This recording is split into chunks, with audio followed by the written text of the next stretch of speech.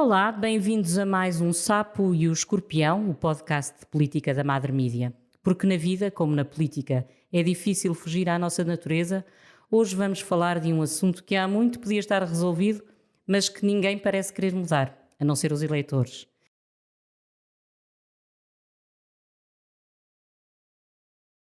Eu sou a Isabel Tavares e tenho comigo Paulo Pisco, deputado do PS eleito pelo Círculo da Europa, Esther Vargas, que era cabeça de lista pelo PSD no mesmo círculo, e Céu Mateus, eleitora residente no Reino Unido e professora catedrática, já agora, na Lancaster University, a Economia da Saúde. Olá a todos. Olá, boa tarde. Olá, boa tarde. Eu vou começar com um pequeno resumo. Houve eleições para a Assembleia da República, a 30 de janeiro, foram anulados os votos de mais de 157 mil imigrantes na Europa. Vários partidos interpuseram recurso no Tribunal Constitucional contra a anulação desses votos e o Tribunal acabou por decidir que as eleições tinham que se repetir nesse círculo eleitoral. Há pormenores kafkianos, devo dizer, mas esses vamos revelando ao longo desta conversa. Eu começava por perguntar à Céu, que já que ela é professora catedrática de Economia da Saúde, se isto é um problema de saúde dos nossos políticos, em particular dos deputados que elegemos, ou é o sistema eleitoral que temos? Olá, boa tarde, muito obrigada pelo convite para estar aqui. É um problema do sistema político. Isto acontece todas as eleições, como, de um modo geral, só temos eleições, vamos tendo eleições, pronto, com a regularidade com que essas decorrem, é que este problema se coloca. Eu lembro-me que já tinha falado consigo há 2 anos, não é? Que tinha-se colocado outro, na altura o problema era ligeiramente diferente, mas prendia-se também com a impossibilidade de votar.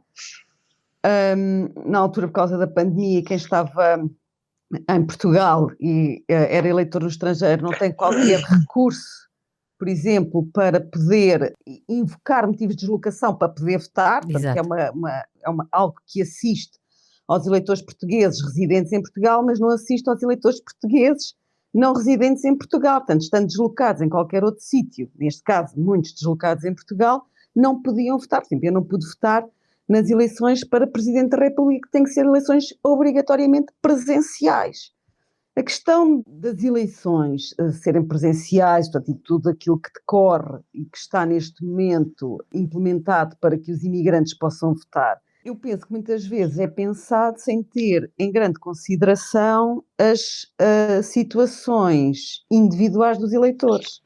Eu resido em Lancaster. Lancaster é uma cidade pequena no norte da Europa, no norte do Reino Unido e também no norte da Europa, obviamente, mas norte do Reino Unido, e sou abrangida pelo Consulado de Manchester. O Consulado de Manchester abrange toda a parte North-West, portanto, costa oeste de Inglaterra, a costa este de Inglaterra, a Escócia e a Irlanda do Norte.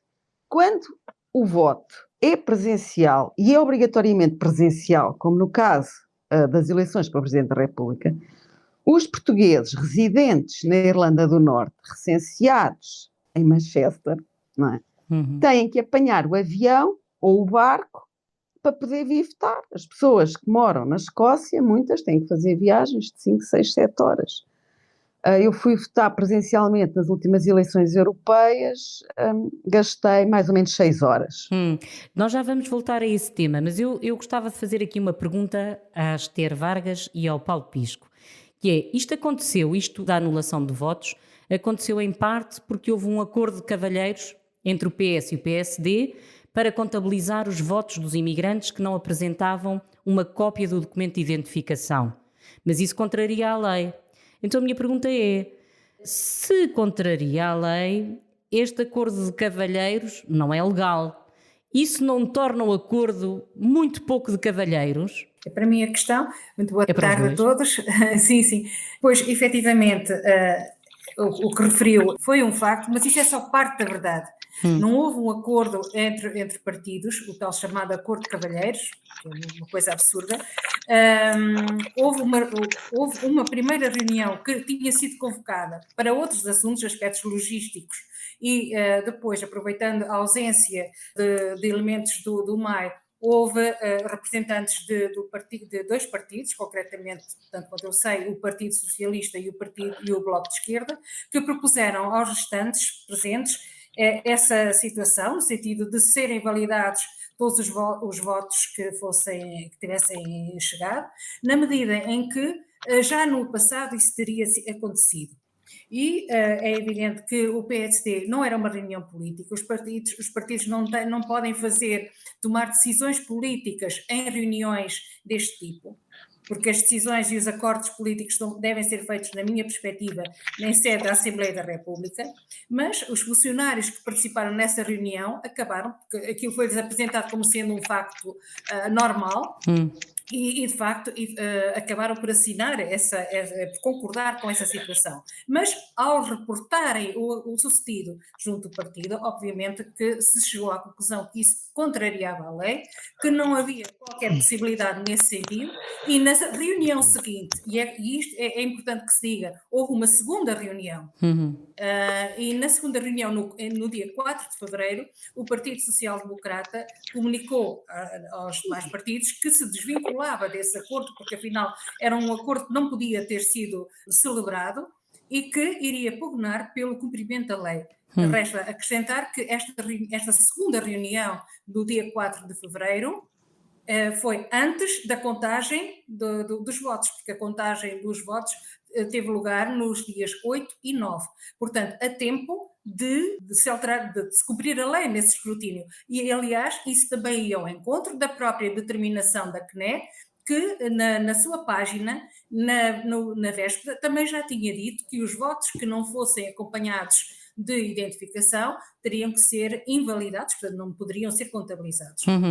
Portanto, aqui não houve acordo de cavalheiros, primeiro porque ele não poderia ter lugar, porque os partidos não são donos das eleições e as eleições são enquadradas pela legislação, seja ela correta ou não, não é isso que está em causa neste momento. Eu ainda queria dar hipótese ao Paulo Pisco de responder a isto, sim, claro, sim, mas sim. O Tribunal Constitucional confirmou que houve este acordo e até fala que até diz que este acordo informal é grosseiramente ilegal. É a maneira como portanto, ele existiu, não é? Existiu na primeira reunião, mas foi desmontado e anulado na segunda reunião do dia 4 de fevereiro. Portanto, há tempo de se evitar toda esta situação. Paulo Pisco, gostava de ouvir sobre esta... Eu, em primeiro lugar, eu queria lamentar que este debate esteja completamente enviesado e eu acho que o PSD não aprendeu nada, nem aprende nada com o resultado das eleições, nem com todo este processo eleitoral que bloqueou e paralisou o nosso país durante todo este período de uma forma completamente inútil e gratuita só porque o PSD apresentou na base os protestos que levaram depois à anulação dos votos. O PSD tem vindo, eu lamento que estejamos ainda a discutir toda esta questão, porque eu acho que isto já deveria estar de facto ultrapassado, deveríamos estar se calhar a discutir outro tipo de questões, designadamente a necessidade de haver uma alteração da lei eleitoral. Já lá vamos. Sim, mas era bom que se entendesse de uma vez por todas e que se utilizassem os argumentos corretos e honestos. Houve recentemente, a pedido do próprio PSD, um debate na Assembleia da República com a Ministra da Justiça, que foi chamada para explicar todo o processo eleitoral, e uma das coisas que surgiu no debate, porque acabou por ser notícia pública, a candidata Esther Vargas já não estava lá, à 00:30, mas eu estava lá no último dia da contagem e esse assunto surgiu no plenário, provavelmente passou despercebido e é bem revelador da forma como o PSD encara estas questões.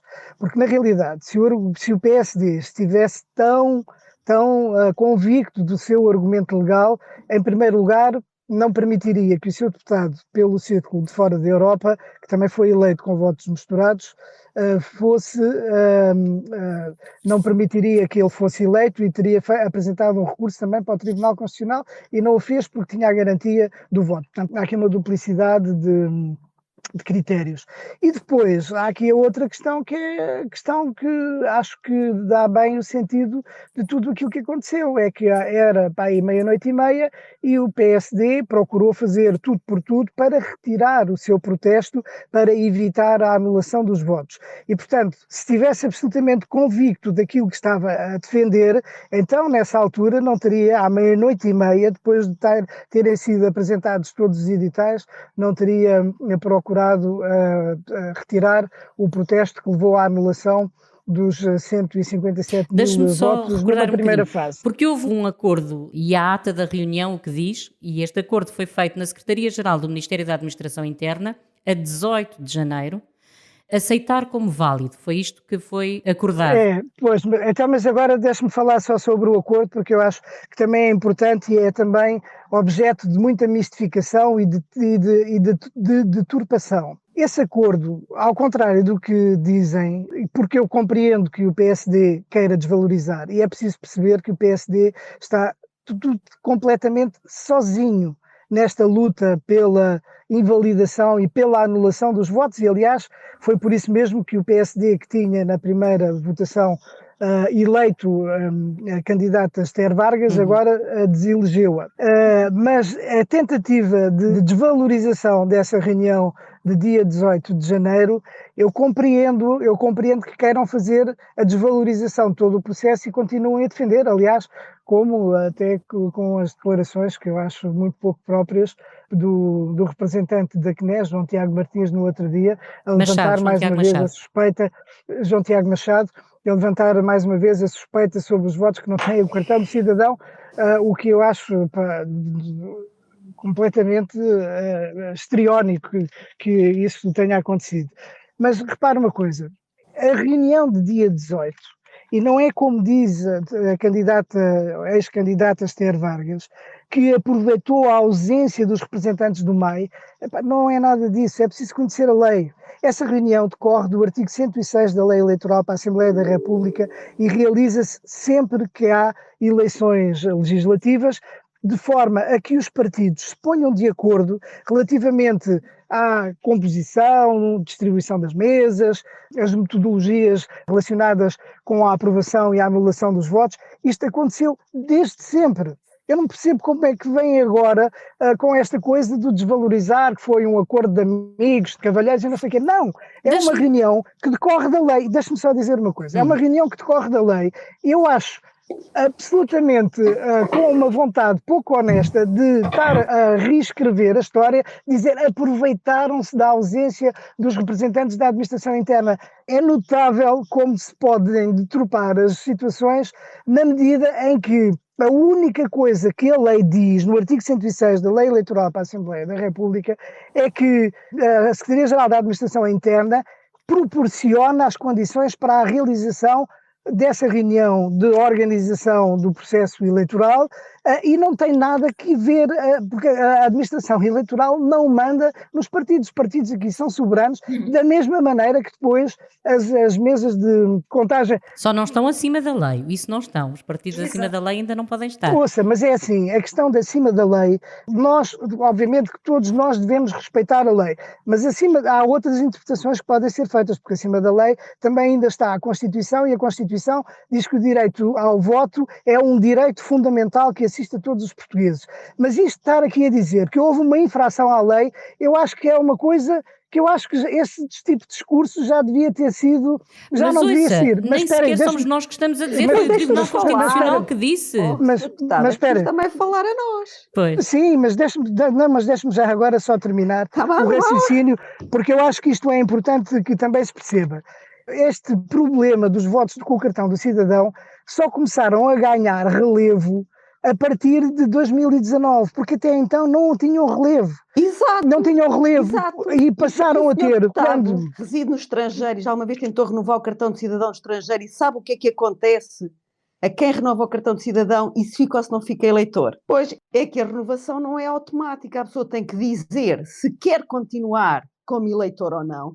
E aquilo que acontece muitas vezes é que é o funcionário que está a fazer a renovação que decide se a pessoa continua ou não no caderno eleitoral. E o funcionário decide com base em quê? Não pergunta, porque o sistema devia ser um sistema de opt-out, ou seja, por defeito, todas as pessoas estavam inscritas para votar e todas as pessoas queriam receber o boletim de voto, e só quem não quer é que diz que não quer, enquanto o sistema está ao contrário quando se vai renovar o cartão. E isto cria problemas. E, portanto, isto não é Olha, no sentido de deixa-me só. facilitar a votação. Mas ouça, deixa-me só dizer uma coisa, eu não percebo como é que se pode dizer uma coisa dessas. Se até 2015 havia 320 mil eleitores e no ciclo eleitoral da Europa votaram nas últimas eleições em 2015 cerca de 13 mil eleitores. Eu sei que existem problemas com as moradas, por diversas razões, mas também existem muitos problemas com os correios e existem muitos problemas com a validação do cartão do cidadão e com as moradas que estão no cartão do cidadão. Muitas vezes imputam-se a outros problemas que não são efetivamente de outros. A CEL está no Reino Unido, sabe perfeitamente que nos últimos tempos e por causa da pandemia houve enormes perturbações nos correios. Aliás, na primeira votação a decisão foi de enviar os primeiros envelopes com os votos precisamente para o Reino Unido porque havia enormes perturbações, os correios estavam bastante atrasados.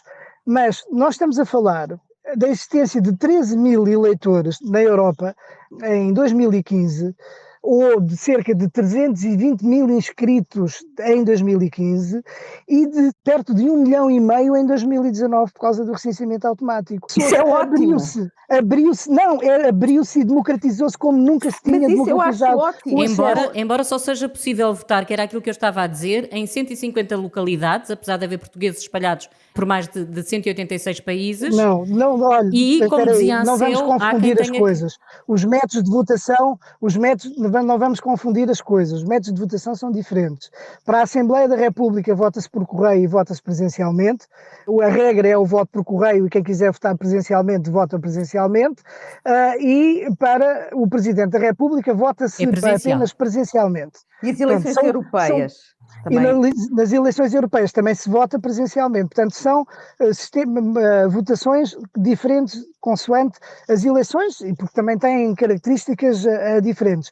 Mas houve uma evolução e uma progressão e uma democratização que não pode ser escamoteada. Não se pode estar a dizer que nada se passou. Não, passou-se muito. Houve uma grande evolução e que foi muito, muito positiva. Mas não adianta ter mais eleitores se depois não se dá aos eleitores a possibilidade de votar. Há de concordar comigo em relação a isto. Ouça, como é que se pode estar a dizer uma coisa? Eu não percebo esse tipo de argumentação de não se dá a possibilidade de votar. Mas então o Paulo Pisco não viu televisão no dia das eleições, nem ouviu nada do que se passou em Espanha, do que se passa todos os anos em todo o lado. Ouça, eu já estou a perceber de onde é que vêm esses argumentos. Não, os argumentos vêm dos eleitores, vêm de quem vota. Agora, vamos lá ver uma coisa.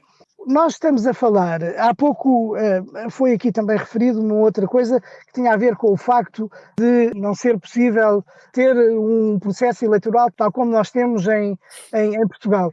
Mas é claro que isso é completamente impossível. É completamente impossível.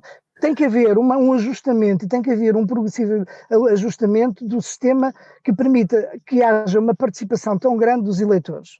E isso é um aspecto fundamental. Agora, vamos lá ver, com o recenseamento automático, aquilo que se apurou é que existem com direito de voto cerca de, além deste 1,5 milhão de portugueses, que estão espalhados por 183 países no mundo.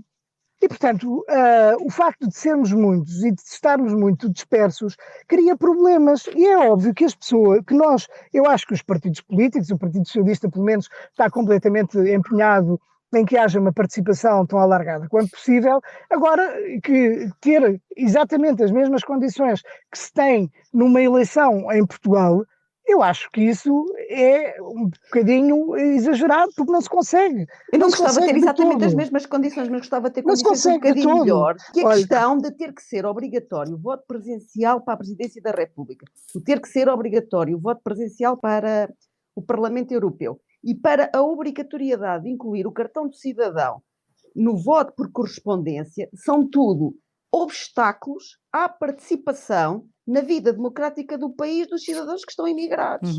Obstáculos! Eu não estou a dizer que quero as mesmas condições, eu só estou a dizer que gostaria que as condições fossem um bocadinho melhores e espero que, tendo agora o Partido Socialista a maioria absoluta e que tenha capacidade objetiva para modificar a lei, que daqui a 4 anos não estejamos, não é, em circunstâncias semelhantes.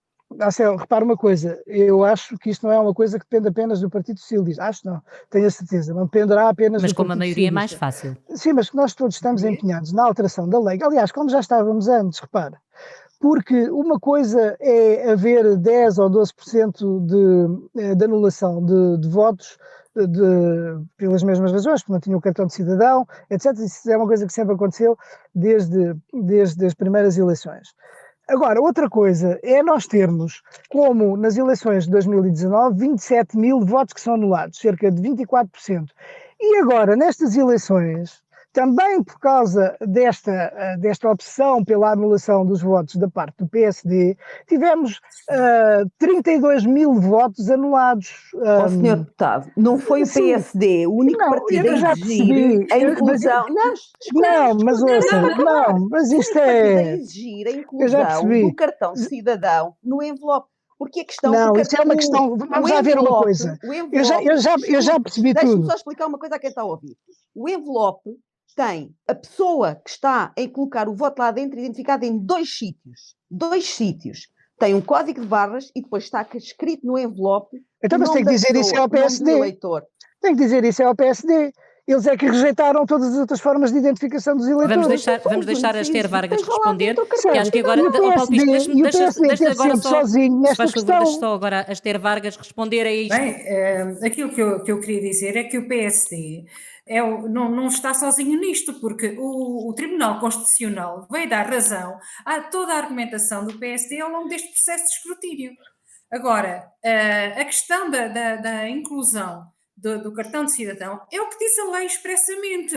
Se a lei não está correta... Deixa eu ouvir agora. O deputado Paulo Pisco, eu não interrompi. Se a lei não está correta nesse pormenor, então que se muda a lei, mas enquanto a lei estiver em vigor, ela tem que ser cumprida, porque senão abrimos aqui um precedente que pode ser muito perigoso até para outras situações, e tudo isso irá descredibilizar o processo. O processo eleitoral tem que ter a dignidade e tem que ter o rigor e a legalidade para poder ser credível aos olhos dos portugueses. Os portugueses não podem desconfiar Mas a questão é que... Agora, se de facto a lei não está correta, mude-se a lei. O problema não surgiu agora, já tinha surgido em 2019. Eu não percebo, sinceramente, como é que, desde então, os partidos com assento na Assembleia não tenham trabalhado o assunto no sentido de fazer as alterações necessárias para que esse constrangimento legal pudesse ser ultrapassado. Agora, como não o fizeram, e é aquela lei que enquadra todo o processo legislativo, ela tem que ser cumprida. É só isto. Mas a questão é que há muitas pessoas que não votam porque têm que incluir o cartão de cidadão no envelope. E há sítios onde não conseguem fazer fotocópia do cartão de cidadão. E há pessoas que acham que se incluírem o cartão de cidadão conseguem. Quem faz a contagem dos votos consegue saber em quem é que a pessoa está a votar. Portanto, a inclusão do cartão de cidadão não é uma garantia, ou seja, neste caso não é uma garantia para o rigor da eleição, porque há pessoas que acham que isso funciona exatamente ao contrário. Por exemplo, em Inglaterra as pessoas nem sequer precisam de nenhum documento quando vão votar. Exato. Chegam lá e dizem assim, eu sou esta pessoa. E acredita-se na sua palavra. Não se desconfia dela à partida, não é? Só se desconfia dela se houver motivos e se ela der motivos para que se desconfie. Eu não estou a dizer que deve ser assim em Portugal. Não é isso que estou a dizer. Só estou a dizer que há outras democracias que funcionam noutros moldes e que ninguém tem os resultados eleitorais desses países sob suspeita. Por exemplo, em França, a pessoa pode entregar o seu voto a outra pessoa. A pessoa não vai votar e a outra pessoa que diz esta pessoa delegou a sua capacidade de votar em mim e eu estou a votar por ela. Portanto, e nós não achamos que o Macron é eleito ilegalmente. Sim. Não é? Mas tudo isso é correto. Agora, se de facto a lei não foi mudada e se é aquela lei que enquadra todo o processo, enquanto a lei estiver válida, ela tem que ser cumprida. Paulo Pisco, e o PS está disposto a mudar a lei e até onde é que está disposto a ir? Já se falou aqui de várias coisas, de vários problemas, não é? Nomeadamente, nós temos um sistema eleitoral com mais de 40 anos, não tarda nada, tem 50 anos, e continuamos a votar exatamente da mesma maneira. Isto também não podia ser alterado, não se poderia facilitar, sem desconfiar, porque isto é uma coisa que acontece muito em Portugal, o ónus da Ouça, prova fica sempre... é assim, pode e deve, mas quando se diz porque é que não alteraram a lei, por uma razão muito simples, eu acho que considerarão pelo menos esse benefício de poderem acreditar naquilo que eu estou a dizer, que é o seguinte: com o recenseamento automático detectou-se claramente que havia um problema. Os partidos políticos, todos eles se comprometeram na alteração do sistema eleitoral. Nós estamos a falar das eleições de 2019 e estamos a falar na aprovação do Orçamento de Estado em janeiro de 2020. E estamos a falar de 3 meses depois ter aparecido a pandemia. E depois, durante mais de um ano, o Parlamento funcionou em mínimos. O Parlamento não teve condições para fazer essas alterações e houve uma alteração a uma lei eleitoral que foi feita em 2021. Mesmo no final da que foi a lei legislatura, eleitoral mesmo no final, podiam ter aproveitado e ter mudado mais coisas. Não se pode, sim, mas não se, foi a eleição, foi a alteração da lei eleitoral para as autarquias locais, porque houve eleições em setembro de 2021. E nós já tínhamos no nosso grupo parlamentar, não sei como é que estava no PSD, e nos outros partidos, mas no nosso grupo parlamentar do PS já tínhamos iniciado a discussão da alteração às leis eleitorais. Só que depois houve a dissolução da Assembleia da República e não se pôde avançar. Portanto, esta é a razão. E não dizem, mas porquê é que não fizeram? É por esta razão. É só por esta razão, porque o problema estava identificado e havia a determinação por parte dos partidos políticos para avançar. O verdadeiro problema está identificado desde há muitos anos, desde que era Marcelo Rebelo de Sousa, líder do PSD. Sim, mas pronto, já viu? é verdade. Há quantos anos é que isso foi? Em é 97, verdade, é verdade. ou Sim. coisa que valha? É verdade, sim, é verdade. Há muito tempo que se fala no número elevado da abstenção, de votos anulados e não sei o quê. Mas quando nós estamos a falar de um universo de 13 mil eleitores, as coisas depois não têm força suficiente para evoluírem. Percebe? Portanto, se forem 13 mil a viver lá fora, não interessa. Se forem 1 milhão... Não esteja. Aliás, a representatividade é outro problema também, não é? Porque não sei se estão de acordo, Céu, pergunto-lhe se sente representada na Assembleia da República, Isabel, deixe-me só dizer-lhe uma coisa. Eu acho que isso que está a fazer é uma distorção total daquilo que eu estou a dizer. Eu acho que isso assim não é correto. Porque eu não estou a desvalorizar então, acabou de dizer que não tem a mesma força. Não fui eu que desvalorizei. Não, peço desculpa, mas este debate assim está nos termos que eu acho que não são os mais corretos. Então, mas eu acho que a deputada Esther Vargas tem a mesma preocupação, mas acha que eu, que sou deputado desde 2009, que desvalorizo os portugueses residentes no estrangeiro, eu que passo a minha vida a lutar por eles? E eu estou a dizer isto mesmo com os deputados do PSD, Carlos Gonçalves, como o José Cesário, e eu e o meu colega Paulo Porto até esta legislatura. Se há deputados que fazem uma luta encarniçada pela defesa dos nossos compatriotas no estrangeiro, somos nós. Agora, estar aqui a distorcer Paulo, as coisas dessa maneira não me parece correto. Nós estamos aqui a falar de coisas concretas, não é? E a CEL começou por falar num artigo, já acho que em 2019, em que se falava de todos estes problemas, exatamente, e em que eram os imigrantes, não era eu, que diziam que não queriam ser cidadãos de segunda. Diziam-no assim com todas as letras. Portanto, eu volto a fazer a pergunta, não é? Até onde é que o PS está disposto a ir e o que é que o PS está disposto a mudar? A minha pergunta é, depois de termos conseguido, não é, recensear todos os portugueses residentes no estrangeiro com mais de 18 anos que podem votar, como é que nós vamos aumentar, não é, e remover os obstáculos que essas pessoas encontram? Fazer com que essas pessoas votem de facto. Facilitar. Mas, a questão é, aquilo que eu gostava de ouvir, não é, era qual é que é o compromisso que conseguem assumir nos próximos 4 anos, no sentido de remover algumas das barreiras que existem neste momento, quer em relação à obrigatoriedade do voto presencial, quer em relação à obrigatoriedade da inclusão do cartão de cidadão. Eu não lhe estou a pedir, não é? Portanto, assim, enquanto deputado eleito pela maioria, que se comprometa a remover essas 2 barreiras. Mas se consegue assumir o compromisso de que pode, pelo menos, tentar discutir o assunto. Ouça, mas eu já disse há pouco que da nossa parte existe o compromisso de continuar a procurar facilitar o exercício do direito de voto para os portugueses residentes no estrangeiro. Tal como o fizemos com a implementação do recenseamento automático. Mas como? Ouça, eu não vou entrar em pormenores agora aqui, não é num debate da rádio que eu vou entrar aqui nesses pormenores. Ok, obrigado. Como é óbvio, como é óbvio, isso é uma coisa que nós vamos discutir na Assembleia da República. Agora, há uma coisa que pode ter a certeza, esse compromisso existe e é um compromisso no sentido de facilitar o exercício do direito de voto. E não só de facilitar. Atenta. Então, eu acho que sim, eu acho que Pode todos os ter a portugueses certeza. residentes no estrangeiro devem estar atentos, porque não se Estou trata sempre. apenas, não se trata apenas de facilitar o exercício do direito de voto, que nós queremos que haja cada vez mais gente, mais portugueses residentes no estrangeiro a votar.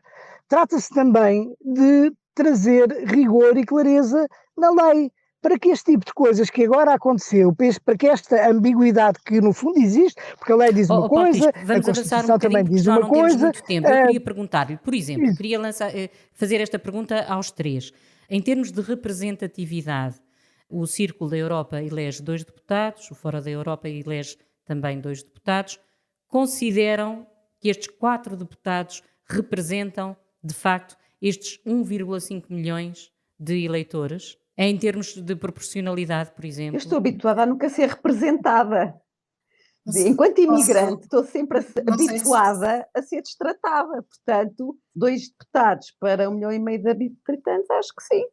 Posso. Pode, claro, deve. Essa questão é pertinente e é óbvio que a representatividade neste momento fica aquém do que seria desejável, tendo em conta até o universo de eleitores que abrange.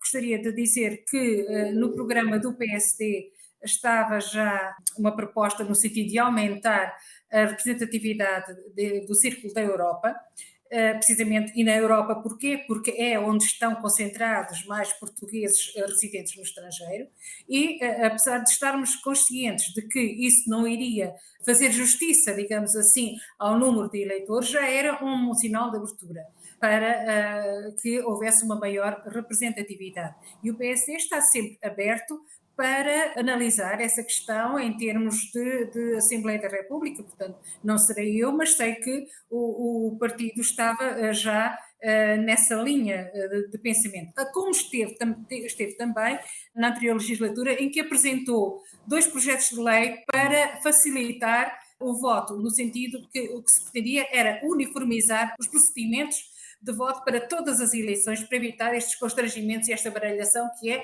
numas eleições é obrigatório votar presencialmente, noutras já é admitido o voto por correspondência e portanto, essa iniciativa já tinha sido levada a cabo pelo PSD na Assembleia da República, a par de outra que era a inclusão do voto eletrónico e, curiosamente, estas 2 propostas foram chumbadas pelo Partido Socialista na anterior legislatura. Portanto, o PSD está muito atento às questões e aos problemas das comunidades e tem apresentado algumas iniciativas no sentido de facilitar e melhorar todos estes procedimentos. Esperemos que agora o Partido Socialista, com a maioria absoluta que tem, não descure estas situações e consiga dar o passo em frente, porque agora, sem obstáculos, sem constrangimentos de geringonças, poderá, de facto, tomar iniciativas e colocar-se ao lado dos portugueses, porque para isso contará com a colaboração do Partido Social Democrata, porque o Partido Social Democrata até já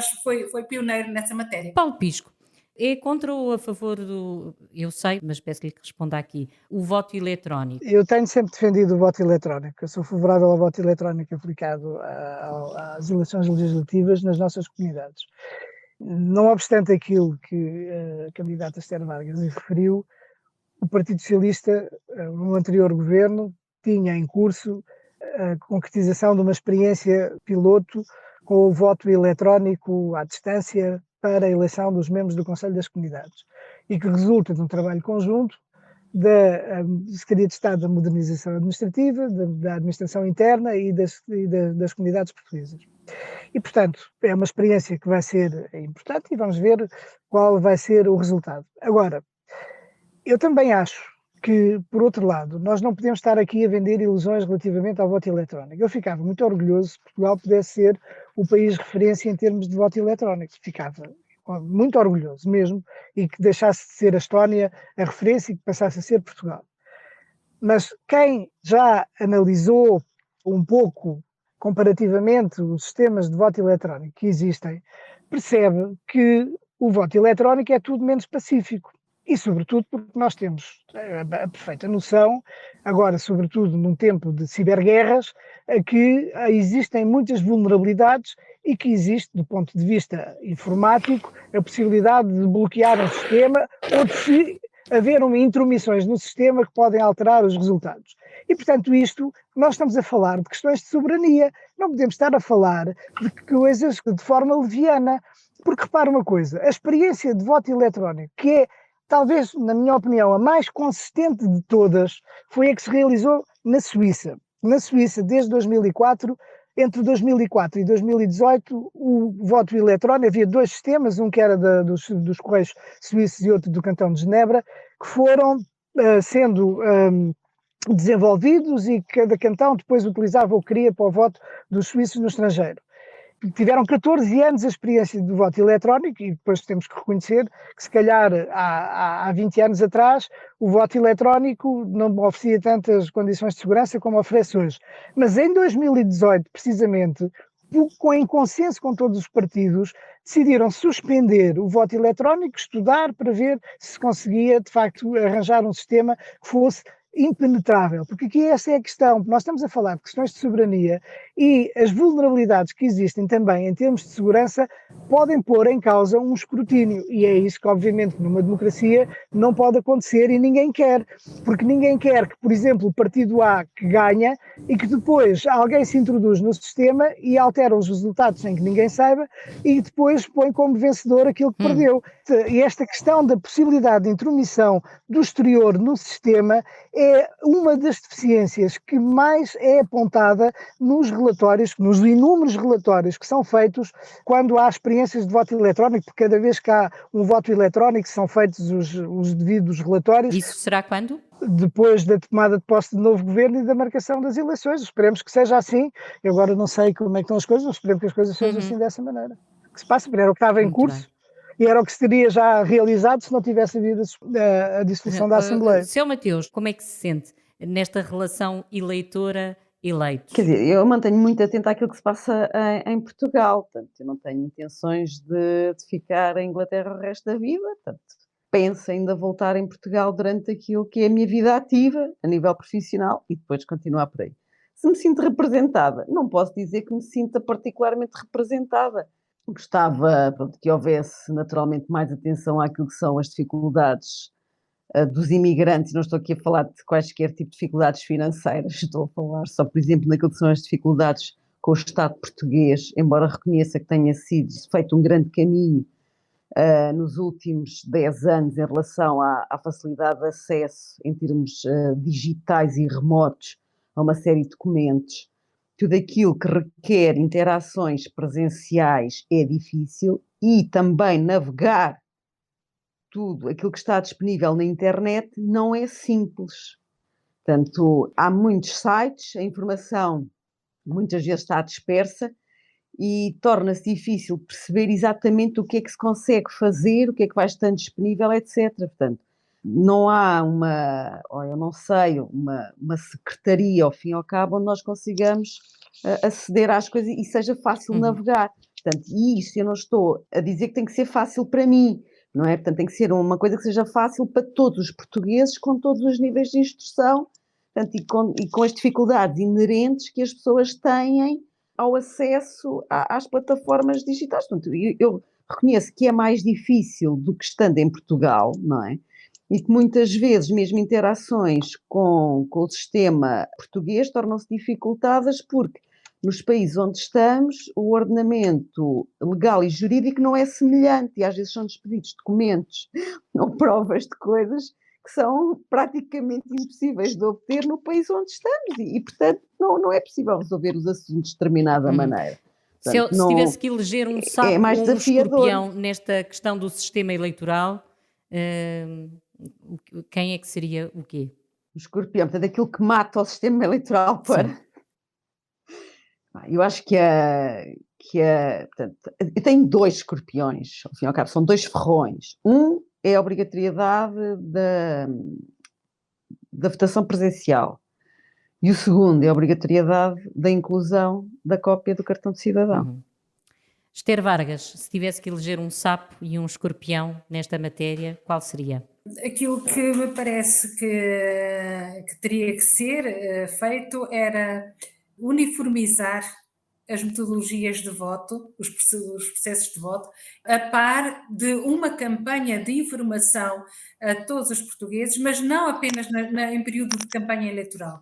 E isso parece-me fundamental que haja essa informação, porque não é fácil para quem está fora e que tem que lidar com sistemas diferentes, poder perceber aquilo que se passa em Portugal e quais são as metodologias. Portanto, tem que haver uma campanha de informação constante nesse sentido. Outra questão será, de facto, a representatividade também, que acho que tem que ser revista, repensada, porque o universo de portugueses que existe, exige precisamente que haja uma alteração a esse nível. Paulo Pisco, pergunto-lhe assim a mesma coisa. Quem é o sapo e quem é o escorpião nesta matéria do sistema eleitoral e da forma como votamos e da maneira como o sistema eleitoral está arquitetado, digamos assim? Olha, o escorpião, eu acho que seria, embora isto seja uma forma um bocado assim, um bocado rebuscada de estar a associar coisas, mas eu, se tivesse que dizer qual era o escorpião, claramente a exigência da cópia do cartão de cidadão. E o sapo é claramente o aumento da participação eleitoral desde 2019, desde que foi implementado o recenseamento automático, e que agora vai seguir-se certamente, obrigatoriamente, com a necessidade de aperfeiçoamento do próprio sistema, porque de 2019 para 2022 já houve um aperfeiçoamento, e por isso é que em 2019 votaram só 193 mil, só, entre aspas, quer dizer, porque em 2015 tinham participado só 28 mil votantes.